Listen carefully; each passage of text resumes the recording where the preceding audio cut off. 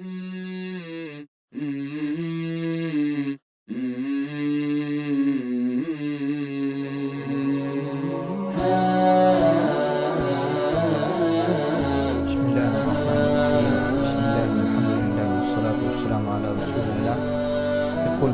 درس نمبر 57 عنوان نمبر 133 بیع ما لا يتمحض لمحظور اما الاشیاء التي لا تتمحض لمحظور بل يمكن استعمالها في حلال او حرام فقد اختلفت انظار الفقهاء في حكم بيعها والذي تحصل لي بمراجعة ما ذكره الفقهاء في هذا الموضوع والتأمل في كلامهم أن هذه الأشياء على 3 أقسام. جو چیزیں ممنوع کاموں کے ساتھ خاص نہیں ہیں ان کی بے. جو اشیاء ممنوع کاموں کے لیے خاص نہیں ہیں یعنی وہ صرف گناہ کے کام میں استعمال نہیں ہوتی ہے، دونوں طرح کے کام میں استعمال ہوتی ہیں، بلکہ ان کا استعمال حلال یا حرام دونوں طرح ممکن ہے، اس کی بے کے حکم میں فقہا کے نظریات مختلف ہیں. اس موضوع پر فقہا نے جو کچھ ذکر کیا ہے اس کی مراجعات اور ان کے کلام میں غور و فکر سے جو بات مجھے حاصل ہوئی وہ یہ ہے کہ ان چیزوں کی 3 قسمیں ہیں، یعنی ہم ان کو 3 حصوں میں بانٹ سکتے ہیں. اول، جسے بحالت موجودہ، ابھی جو کرنٹ اس کی حالت ہے، کرنٹ سچویشن ہے، بحالت موجودہ کسی غلط مقصد کے لیے وضع کیا گیا ہے لیکن اس کے مباح استعمال کے لیے اس کی موجودہ حالت میں کوئی تبدیلی ضروری ہے، جیسے لہو و لعب کے کھیل کود کے آلات. دوم، جو مباح مقصد کے لیے وضع کی گئی ہیں اور ناجائز چیز میں اس کے استعمال کے لیے موجودہ حالت میں تبدیلی کی ضرورت ہے، جیسے انگور کا شیرہ، اس لیے کہ نشہ آور بنانے کے لیے اس کا استعمال اس بات کا محتاج ہے کہ اس سے خمر بنائی جائے. سوم، جو چیز بنائی گئی ہے عام مقاصد کے لیے جو بحالت موجودہ مباح و غیر مباح دونوں استعمال کا احتمال رکھتی ہے، اس کی وضع انواع استعمال میں سے کسی ایک نوع کے ساتھ خاص نہیں ہے بلکہ یہ چیز استعمال کرنے والے کے ارادے پر موقوف ہے، جیسے ہتھیار. یعنی خلاصہ یہ ہوا کہ وہ چیزیں جس میں دونوں طرح کا پہلو ہے، جائز کام میں بھی استعمال کی جا سکتی ہے، ناجائز کام میں بھی استعمال کی جاتی ہیں، وہ 3 طرح کی ہیں. ایک تو یہ ہے کہ ابھی کی جو اس کی حالت ہے، موجودہ حالت، وہ تو معصیت والی ہی ہے، وہ گناہ والی ہے، وہ صحیح نہیں ہے. اگر ہم اس کا جائز استعمال کرنا چاہتے ہیں تو اس میں ہمیں کوئی چینجنگ کرنی پڑے گی، جیسے کوئی ناچ گانے کے آلات ہیں، اسی طرح فحش چیزوں کے جو آلات ہیں، تو وہ موجودہ حالت میں تو وہ گناہ کے کام میں ہی استعمال ہونے والے ہیں. اگر ہم اس کا صحیح استعمال کرنا چاہتے ہیں تو ہمیں اس میں کوئی تبدیلی کرنی پڑے گی. تو یہ ایک قسم ہو گئی. دوسری قسم وہ ہے کہ جو موجودہ حالت میں جائز کام میں استعمال ہو سکتے ہیں، ناجائز کام میں استعمال کرنے کے لیے کوئی اس میں چینجنگ کی ضرورت ہے، کوئی تبدیلی کی ضرورت ہے. جیسے شراب نہیں بنی ہے، انگور کا شربت ہے، انگور کے شربت تو ایک جائز چیز ہے. اب اگر ہم اس سے گناہ کرنا چاہتے ہیں تو اب ہمیں اس کو شراب بنانا پڑے گا، خمر بنانا پڑے گا اس کو. تو یہ ابھی موجودہ حالت میں جائز کام کے لیے ہے، اگر ہم اس سے گناہ کا کام کرنا چاہتے ہیں تو ہمیں تبدیلی کرنی پڑے گی. یہ دوسری شکل ہو گئی. اور تیسری شکل یہ ہے کہ موجودہ حالت میں ہی دونوں طرح استعمال کی جا سکتی ہے، جائز بھی استعمال ہو سکتا ہے اس کا، ناجائز بھی اس کا استعمال ہو سکتا ہے. اب تینوں قسم کے متعلق احکام بیان کر رہے ہیں. آئیے ہم ان تینوں اقسام کے احکام تھوڑی تفصیل سے بیان کرتے ہیں. اللہ سبحانہ هو الموفق. پہلی قسم، جو کسی حرام کام کے لیے بنایا گیا ہو. عنوان نمبر 134 آلات لہو و لعب. پہلی قسم، جو کسی حرام مقصد کے لیے بنایا گیا ہو، اس کا مادہ مٹیریل مباح ہو. اب وہ کسی مباح کام میں تکلف کے بعد ہی استعمال ہو سکتا ہے یا اس میں کسی تبدیلی کے بعد ہی وہ حلال کام میں استعمال ہو سکتا ہے. اس کے ذیل میں فقہا نے لہو و لعب کے ممنوعہ آلات کو ذکر فرمایا ہے اور اس سے وہ آلات موسیقی مراد لیتے ہیں، میوزک والے، جو مذاہب 4 میں ممنوع ہیں. حنابلہ کا مذہب مختار یہ ہے کہ جیسے خنزیر کی بے منعقد نہیں ہوتی، ویسے ہی ان آلات ممنوعہ کی بے بھی حنابلہ کے نزدیک منعقد نہیں ہوگی. اور یہی مذہب مالکیہ میں ایک قول ہے. حطاب رحمۃ اللہ علیہ نے قرافی سے نقل کیا ہے، حرام ساز ان چیزوں میں داخل ہے جن میں کوئی منفعت اور کوئی فائدہ نہیں ہے، لہذا اس کی بیع اور اس کا مالک بننا درست نہیں ہے۔ اس کے بعد حطاب نے مطیطیہ کے حوالے سے لکھا ہے کہ جو شخص لہو و لعب کا لہو کا کوئی آلہ باجا وغیرہ خریدے تو بیع فسخ کر دی جائے گی اور ایسا کرنے والوں کی سرزنش کی جائے گی، اور ظاہر اس سے یہ ہے کہ بیع منعقد تو ہو جائے گی لیکن اس کا فسخ کرنا واجب ہے۔ حنفیہ اور شافعیہ کے نزدیک ان آلات کی بیع صحیح ہے، اس لیے کہ مباح کام میں ان کا استعمال ممکن ہے چاہے اس میں تغیر کے بعد ہی سے ہی، لیکن بحالت موجودہ بیع مکروہ ہوگی۔ کاسانی رحمۃ اللہ علیہ فرماتے ہیں آلات لہو، ساز، ڈھول، بانسری، دف وغیرہ کی بیع امام ابو حنیفہ رحمۃ اللہ علیہ کے نزدیک جائز مگر مکروہ ہے، اور امام ابو یوسف اور امام محمد رحمہ اللہ کے نزدیک ان اشیاء کی بیع منعقد نہیں ہوگی، اس لیے کہ یہ آلات لہو و لعب کے لیے بنائے گئے ہیں، فسق و فساد کے لیے وضع کیے گئے ہیں، لہذا یہ مال نہ ہوں گے، اس لیے ان کی بیع جائز نہ ہوگی۔ امام ابو حنیفہ رحمۃ اللہ علیہ کی دلیل یہ ہے کہ دوسرے طریقے سے ان سے شرعاً انتفاع ممکن ہے، بئیں طور کہ انہیں کسی ضروریات کی چیزیں رکھنے کے لیے برتن بنا لیا جائے، اس وجہ سے یہ مال ہونے سے نہیں نکلیں گے۔ ظاہر یہ ہے کہ الگ کرنے سے قبل ان آلات کے بیچنے کے سلسلے میں حنفیہ نے جس کراہت کا ذکر کیا ہے وہ کراہت تحریمی ہے۔ ابن حمام رحمۃ اللہ علیہ نے ہدایہ کی فصل فیما یکرہ کی شرح کے شروع میں لکھا ہے کیونکہ فاسد سے کم درجے کی ہے اس لیے اسے بیع فاسد کے بعد بیان کیا ہے، اور کم ہونے سے حکم شرعی میں کم ہونا مراد نہیں ہے بلکہ عقد کے فاسد نہ ہونے میں کم ہونا مراد ہے، ورنہ یہ تمام کراہتیں تحریمی ہیں، ہمیں اس کے گناہ ہونے میں کسی کا اختلاف معلوم نہیں۔ اس کا تقاضا یہ ہے کہ بائع کے لیے ثمن حلال نہ ہو۔ اسی طرح جدا کرنے سے قبل بیع کے مکروہ ہونے کی شافعیہ نے بھی تصریح کی ہے۔ شافعیہ میں سے ماوردی رحمۃ اللہ علیہ فرماتے ہیں آلات لہو و لعب جیسے تنبورہ، عود، دف اور بانسری اگر جدا کرنے کے بعد ان سے انتفاع ممکن ہو تو ان کا بیچنا جائز ہے۔ یہی حال کھلونوں کا ہے، لیکن الگ کرنے سے قبل اس کی بیع مکروہ ہے کیونکہ اس میں گناہ باقی رہتا ہے، لیکن اگر اسے اسی حالت میں بیچا جائے گا تو جائز ہوگا۔ لیکن شافعیہ نے ذکر کیا ہے کہ ان کے کلام میں جب کراہت مطلقاً بولا جاتا ہے تو اس سے کراہت تنزیہی مراد ہوتی ہے۔ یہاں تک خلاصہ ہوا ائمہ اربعہ کے مذاہب کا قسم اول کے متعلق کہ وہ چیزیں جو موجودہ حالت میں گناہ کے کام کی ہیں لیکن اس سے کچھ تبدیلی کر کے بھی صحیح جائز استعمال کیا جا سکتا ہے۔ اس میں اصول جو ہے حنابلہ کا تو یہ ہے کہ اس کی بیع جائز نہیں ہے، ان کے یہاں یہ وہی حکم رکھتا ہے جیسے خنزیر کی بیع۔ مالکیہ ہے، مالکیہ کے یہاں بھی یہ بیع جائز نہیں ہے لیکن منعقد ہو جاتی ہے، فسخ اس کا ضروری ہے، یعنی اس کو کینسل کرنا، اس کو ختم کرنا، اس کو ڈیلیٹ کرنا ضروری ہے، دوبارہ اس معاملے کو ختم کر دیا جائے۔ جبکہ حنفیہ اور شافعیہ ان دونوں حضرات کے یہاں ان چیزوں کی بیع صحیح ہو جائے گی، یعنی منعقد ہو جائے گی کہ وہ بیع ہو گئی، خریدنے والا اس چیز کا مالک بن گیا، بیچنے والا اس کی قیمت کا مالک بن جائے گا اور اس کے لیے ثمن لینا صحیح ہے۔ لیکن یہ معاملہ صحیح ہوا کہ نہیں یا اس میں گناہ ہے تو اس کے متعلق تفصیل بتلا یا جو پڑھا گیا اس میں ابن الحمام رحمۃ اللہ علیہ نے ہدایہ کی شرح میں لکھا ہے کہ یہ سب بیع بھی جو ہے وہ کراہت تحریمی ہے، مکروہ تحریمی ہے۔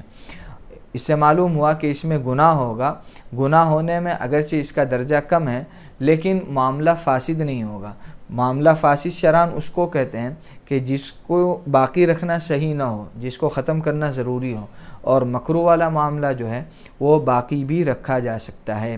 تو اگر اس کو باقی رکھا گیا تو معاملے کا جو گناہ تھا وہ تو ہوا لیکن دونوں ایک دوسرے کی چیز کے مالک بن جائیں گے۔ شافعیہ نے بھی کراہت کا جو ہے ذکر کیا اور کراہت کی صراحت کی ہے، لیکن فرق یہ ہے کہ حنفیہ نے کراہت تحریمی مراد لی ہے اور ذکر کیا ہے، جبکہ شافعیہ نے جو ہے وہ کراہت تنزیہی مراد لی ہے۔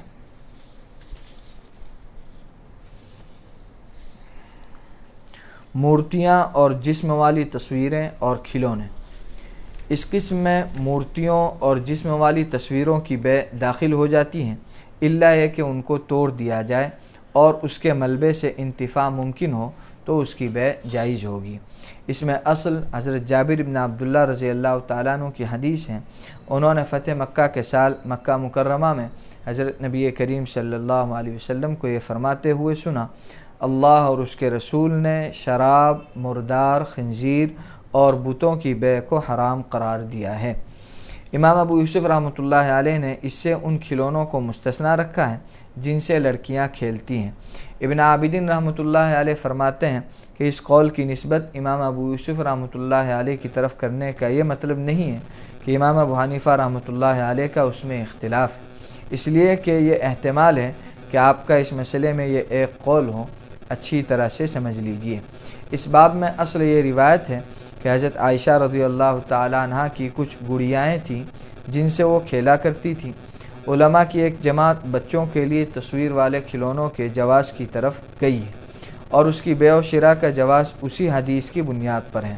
قاضی ایاز اور امام ابو یوسف رحمہ اللہ نے یہی بات پختگی کے ساتھ کہی ہے، اور بعض مالکیہ جیسے ابن بطال رحمہ اللہ وغیرہ نے اسے اس پر محمول کیا ہے کہ تصویر کی ممانعت سے پہلے کی بات ہے، لہذا یہ منسوخ ہے، اور منذری اور حلیمی نے اس کی تعویل یہ کی ہے کہ وہ تصویر والے کھلونے نہیں تھے، ہو سکتا ہے کہ کپڑے کے ٹکڑوں کو کچھ اس انداز سے تراشا گیا ہو کہ ان میں ہاتھ اور پاؤں تو بن گئے ہوں لیکن چہرہ نہ بنا ہو، اور علامہ خطابی نے اسے اس پر محمول کیا ہے کہ یہ جواز نابالغوں کے لیے ہے، اس بنیاد پر کہ وہ غیر مکلف ہیں۔ ظاہر یہ ہے کہ جن حضرات نے لڑکیوں کے لیے ان کھلونوں کی اجازت دی ہے، انہوں نے ان چھوٹے کھلونوں کی اجازت دی ہے جو بتوں کے مشابہ نہیں ہوتے۔ ہمارے زمانے میں جو بڑے کھلونے چل پڑے ہیں وہ تو پورے طریقے سے بتوں کے مشابہ ہیں، اور میرا غالب گمان یہ ہے کہ جائز کہنے والے ان کو دیکھ لیتے تو وہ بھی ممانعت کا فیصلہ کرتے، واللہ سبحانہ اعلم۔ اب اس کے اندر مورتیوں کی خرید و فروخت، اسی طرح جسم والی جو تصویریں ہوتی ہیں جس میں پورا ایک مجسمے کی شکل ہوتی ہے، جیسے بچوں کی گڑیا وغیرہ ہیں، اس کے متعلق کیا مذہب ہے، اس کی جو ہے تفصیل یہاں پر بیان کی جا رہی ہے کہ مورتیوں کی خرید و فروخت اور تصویر جو ہے مورتیوں کی خرید و فروخت جائز نہیں ہے، اس میں کسی کا جو ہے اختلاف نہیں ہے، متفقہ مسئلہ ہے۔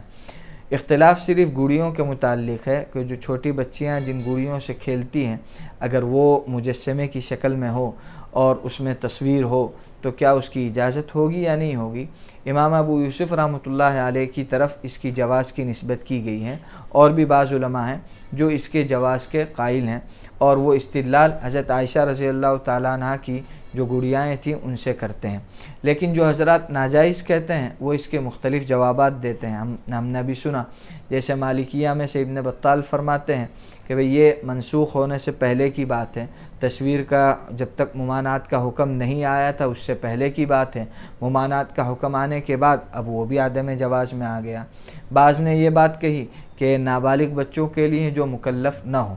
لیکن حضرت آگے فرماتے ہیں حضرت شیخ الاسلام دامت برکاتہم کہ یہ سارے اختلاف اس وقت ہیں جب کہ وہ بالکل چھوٹے چھوٹے ہوں، جو کھلونوں کی شکل میں ہوتے ہیں، جو بڑے ہوں، جو بالکل بت کی طرح ہمیں نظر آئے، اس کے اندر پورا مجسمہ ہو، تو وہ تو پھر متفقہ حرام ہونا چاہیے، اور جن حضرات نے جواز کہا ہے وہ بھی چھوٹے کھلونوں کو دیکھ کر کے کہا ہوگا، اگر وہ اس طرح کے بڑے مجسموں کو دیکھ لیتے تو وہ بھی ناجائز کی طرف جاتے۔ بہرحال تصویر والے جس میں پورا سر ہو، چہرہ ہو، ایسے چاہے گڑیا ہو چاہے بچوں کو کھلونے ہوں، ان سے اپنے آپ کو بچانا چاہیے۔ بغیر جسم، عنوان نمبر 136، بغیر جسم والی تصویریں۔ جسم بغیر کی تصویریں جو کاغذ یا کپڑے پر بنائی جاتی ہیں، بعض مالکیہ نے ان کی اجازت دی ہے، لہذا ان کے قول کا تقاضا یہ ہے کہ ان کے نزدیک ان کی بیع مطلقاً جائز ہو، جبکہ جمہور کے یہاں جسم والی اور بے جسم کی تصویروں میں عدم جواز کے معاملے میں کوئی فرق نہیں ہے، لہذا غیر مجسد تصویروں کی بیع جمہور کے مذہب میں منع ہے، اور اس پر دلیل یہ ہے کہ نبی کریم صلی اللہ علیہ وسلم نے بتوں کی بیع کو حرام قرار دیا ہے، اور لفظ صنم لغت میں ان تصویروں کو بھی شامل ہے جن کا جسم نہیں ہوتا، بخلاف لفظ وثن کے، وہ جسم دار بت کے لیے خاص ہے، جیسا کہ حافظ ابن حجر رحمۃ اللہ علیہ نے بعض اہل لغت کے حوالے سے ذکر کیا ہے۔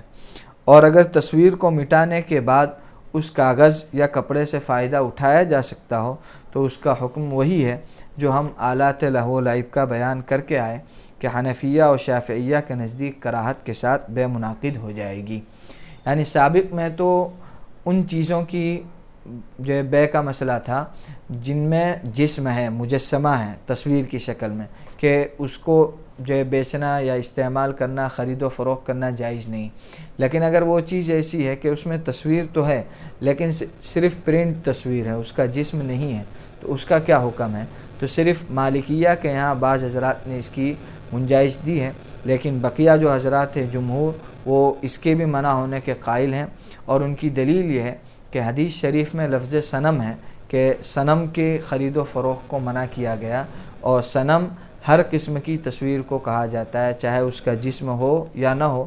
وہ دونوں کے دونوں صنم کے اندر شامل ہیں۔ لہذا اس اعتبار سے جمہور کی دلیل قوی ہے کہ اگر وہ بھلے اس کا جسم نہ ہو لیکن اگر وہ تصویر اس کے اندر پائی جا رہی ہے تو پھر ایسی تصویر کا نہ استعمال جائز ہوگا نہ اس کی خرید و فروخت جائز ہوگی۔ ہاں، اگر وہ چیز ایسی ہے کہ ہم تصویر مٹا کر کے بھی ہم اس کا استعمال کر سکتے ہیں، تصویر کو ہٹا کر کے ختم کر کے اس کا استعمال جائز ہے، تو پھر یہ اسی میں جائے گا جس کا ہم ابھی ذکر کر رہے ہیں کہ حنفیہ کے نزدیک یہ ایسی چیز ہو گئی کہ اس میں تبدیلی کر کے ہم اس کا جائز استعمال کر سکتے ہیں، تو پھر کراہت آئے گی لیکن بے صحیح ہو جائے گی۔ اگر اس کا جائز استعمال ممکن ہو، تصویر مٹا کر کے اس کا استعمال کر سکتے ہوں، تو پھر بے منعقد ہو جائے گی اور کراہت کے ساتھ بے صحیح ہو جائے گی۔ لیکن اگر اس کا کسی طرح استعمال نہ ہو سکتا ہو تو پھر وہ بے کسی طرح صحیح نہیں ہوگی۔ لیکن یہ کراہت اس وقت ہوگی جبکہ وہ کاغذ یا کپڑا خالصتاً تصویر کے لیے ہو۔ لیکن اگر مباحات کے قبیل کی کوئی چیز جو تصویروں پر مشتمل ہو بیچی جائے اور تصویریں اس میں ضمناً اور تباً داخل ہوں تو ان کی بے جائز ہے، جیسے اخبارات، رسائل اور وہ کتابیں جن کا مقصود ان کا مباح مضمون ہوتا ہے لیکن بسا اوقات وہ ممنوع تصویروں پر مشتمل ہوتی ہیں۔ اسی طرح اس میں بھی ابتلاء عام ہے کہ جن ڈبوں میں مباح چیز کو پیک کیا جاتا ہے ان میں سے اکثر تصویروں پر مشتمل ہوتے ہیں، لہذا اگر مباح چیزیں مقصود ہوں، تصویریں مقصود نہ ہوں تو ان کی بے سے منع نہیں کیا جائے گا۔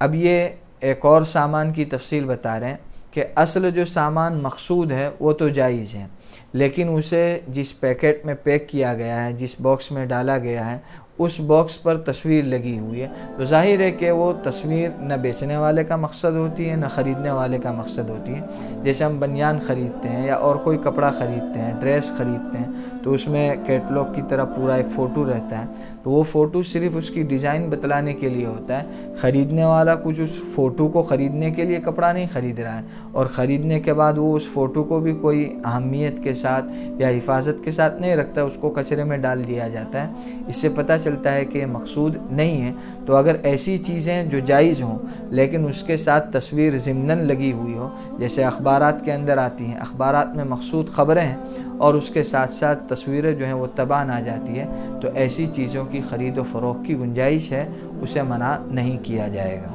رہ گئے آلات تصویر جیسے کیمرہ اور ٹیلی ویژن، ان کا حکم انشاءاللہ تعالی قسم ثالث میں آئے گا۔